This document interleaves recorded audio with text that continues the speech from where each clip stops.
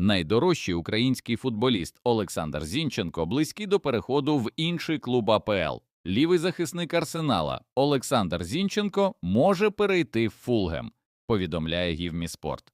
Команда Марко Сілви прагне підсилити свій склад після того, як домовилась з головним тренером про продовження співпраці. Своєю чергою, Арсенал відкритий до трансферу 28-річного українця та готовий продати його за 17 мільйонів євро. Також Зінченком цікавиться Мілан, який шукає нового лівого захисника на заміну Тео Ернандесу, який перейшов в Аль-Хілаль. «Динамо» зіграє з Пафосом у третьому раунді кваліфікації Ліги чемпіонів. У третьому раунді кваліфікації Ліги чемпіонів «Динамо» гратиме з Пафосом. Кіпрський клуб у другому раунді пройшов Маккабі Тель-Авів. У другому матчі команда перемогла на виїзді 1-0. Перша гра завершилась мировою 1-1. Матчі киян та кіпріотів пройдуть 5 та 12 серпня. Перша гра буде номінально вдома для «Динамо» в Польщі. Шановні глядачі, поставте, будь ласка, лайк цьому відео та підпишіться на канал. Дякуємо за те, що з нами. Пара «Динамо» Пафос буде несіяною під час жеребкування плей-офф кваліфікації Ліги чемпіонів. 30 липня стали відомі імена усіх учасників третього кваліфікаційного раунду Ліги чемпіонів УЄФА сезону 2025-26. Після завершення матчів другого раунду відбору Ліги чемпіонів було визначено посів київського клубу у жеребкуванні плей-офф кваліфікації, яке відбудеться 4 серпня. Під час цього жеребкування пара «Динамо» Пафос буде несіяною, тому у разі виходу до плей-офф відбору кияни отримують у суперники один із сіяних клубів. Суперниками киян можуть стати Буде Глімт Норвегія, Селтік Шотландія, переможець пари Копенгаген, Данія, Мальме, Швеція, переможець пари Лех Польща, Цервена Звезда Сербія, переможець пари Лудогорець, Болгарія, Ференцварош, Угорщина.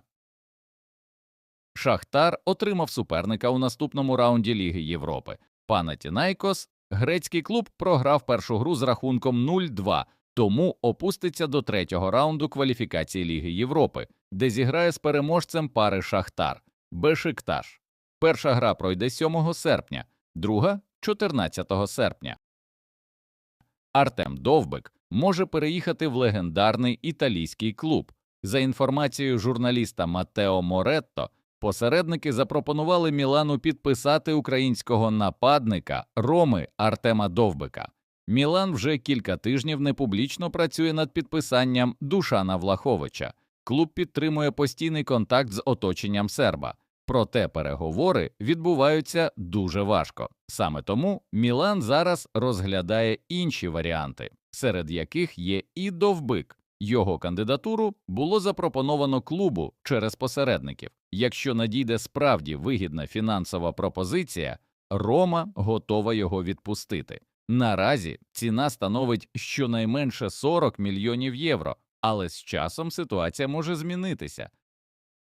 Тоттенгем готовий заплатити 70 мільйонів євро за Забарного. ПСЖ все ще веде переговори з Борнмутом щодо літнього трансферу Іллі Забарного, повідомляє RMC Sport. Українець вже дав згоду на перехід до паризького клубу, але клуби продовжують домовлятися. На 23-річного футболіста є й інші претенденти. Зокрема, Тоттенгем готовий заплатити за нього 70 мільйонів євро, яких вимагає Борнмут. Проте Ілля хоче саме в ПСЖ, з яким вже домовився про 5-річний контракт. За підтримки гравця ПСЖ продовжує переговори щодо його трансферу. Остання усна пропозиція від керівництва клубу, оцінена в 60 мільйонів євро, плюс бонуси, датується кількома останніми днями. Але переговори залишаються справжньою шаховою грою, де кожен хоче взяти ініціативу у свої руки, і кожен сантиметр має значення. Нападник збірної України здивував клуб своїм рішенням. Український нападник грецького Олімпіакоса Роман Яремчук здивував команду своїм рішенням, повідомляє видання Фрілос 24. За інформацією джерела, 29-річний футболіст залишився в Нідерландах після зборів, навіть незважаючи на те, що вся команда повернулася до Греції, де найближчі кілька днів буде відпочивати. Роман же продовжить тренуватися в західноєвропейській країні. Всі в клубі були здивовані цим рішенням. Нагадаємо, у минулому сезоні Роман Яремчук провів 33 матчі на клубному рівні у всіх турнірах, в яких встиг відзначитися 10 забитими м'ячами і 4 гольовими передачами. Реал відмовив Ньюкаслу в оренді Луніна. Реал відхилив пропозицію Ньюкасла щодо оренди Андрія Луніна за 3 мільйони євро, повідомляє Каут Офсайд. Мадридці не мають наміру дозволяти українському гравцеві піти цього літа, особливо на запропонованих умовах.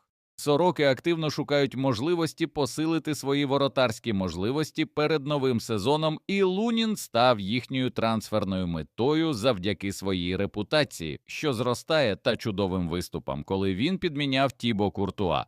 Однак відповідь Реала була однозначною – 26-річний гравець наразі не продається і не віддається в оренду. Мадридський клуб вважає Луніна невіддільною частиною свого воротарського складу, хоч він і зіграв лише 14 матчів минулого сезону.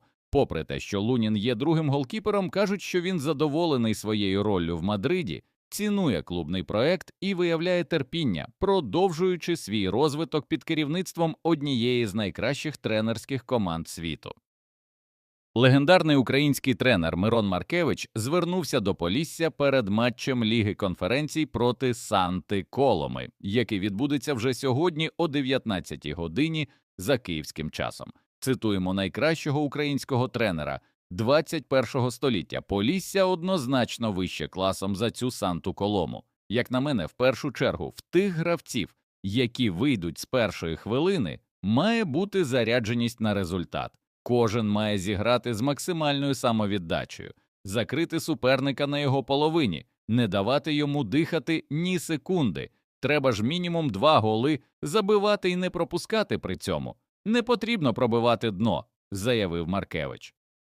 Коломойський програв справу проти Приватбанку в суді Лондона. Приватбанк повідомив, що виграв справу у високому суді Лондона проти неофіційного власника Дніпра і колишнього акціонера Приватбанку Ігоря Коломойського та іншого екс-акціонера банку Геннадія Боголюбова. Позов, поданий банком ще у 2017 році, стосується масштабних махінацій і виведення близько $2 мільярдів. У грудні 2016 року Приватбанк було націоналізовано, після чого колишні акціонери оскаржували це рішення у судових інстанціях України та за кордоном. Лондонський суд наклав всесвітній арешт на активи Коломойського, Боголюбова та пов'язаних із ними компаній на суму понад $2,5 мільярда. Апеляційний суд Англії у 2019 році підтвердив юрисдикцію Високого суду Лондона, визнавши обґрунтованість вимог Приватбанку. Колишні власники вже відшкодували судові витрати у розмірі 10 мільйонів фунтів, а арешт активів залишається чинним. Харківський металіст 1925 отримав нового президента. Металіст 1925 повідомив про оновлення в керівництві клубу. Президентом харківського клубу призначено 26-річного Богдана Бойка, який раніше був головою наглядової ради, а 36-річний Володимир Носов, який до сьогодні був президентом, став головою наглядової ради. Інвестор та співвласник металіста 1925. Володимир Носов зосередиться на стратегічному розвитку клуба. Він надалі братиме участь у визначенні вектора руху металіста 1925, ухваленні ключових рішень та формуванні довгострокової стратегії. Носов передав повноваження щодо операційного управління клубом Бойку у зв'язку з розширенням своєї діяльності, зокрема як почесного консула України в Іспанії. Бойко ж буде відповідати за трансфери, операційну та іншу роботу клубу. Також він відповідатиме за повсякденну діяльність металіста 1925, йдеться в заяві клубу. Шановні глядачі, Поставте, будь ласка, лайк цьому відео та підпишіться на канал. Дякуємо за те, що з нами.